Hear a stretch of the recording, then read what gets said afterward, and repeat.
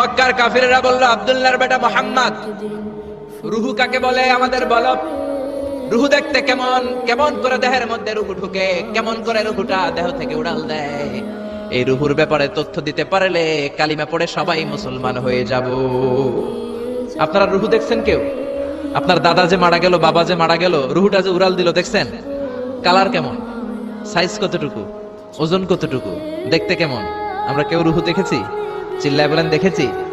বিশ্বনবীরে বলা হলো, আব্দুল্লাহর বেটা মুহাম্মদ, রুহু কারে বলে? যদি বলতে পারো কালিমা পড়বো। বিশ্বনবী বলতে পারে না, কারণ বিশ্বনবী মন গড়া কোনো কথা বলেন না।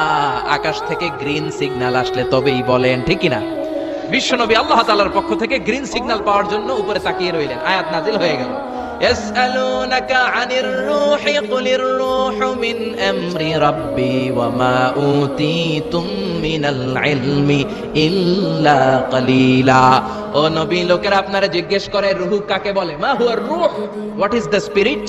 আপনি বলে দেন রূহ হলো আল্লাহর পক্ষ থেকে স্পেশাল অর্ডার। আল্লাহর অর্ডারে এই রূহটা দেহের মধ্যে ঢোকে, আবার আল্লাহর অর্ডারে রূহ বের হয়ে যায়। আল্লাহু আকবার। এই রূহটা মানুষের দেহে ঢুকে কার অর্ডারে, আবার বের হয়ে যাবে কার অর্ডারে? পৃথিবীর যত বিজ্ঞানীরা আছে সবাই মিলেও কি একটা রূহ বানাতে পারবে?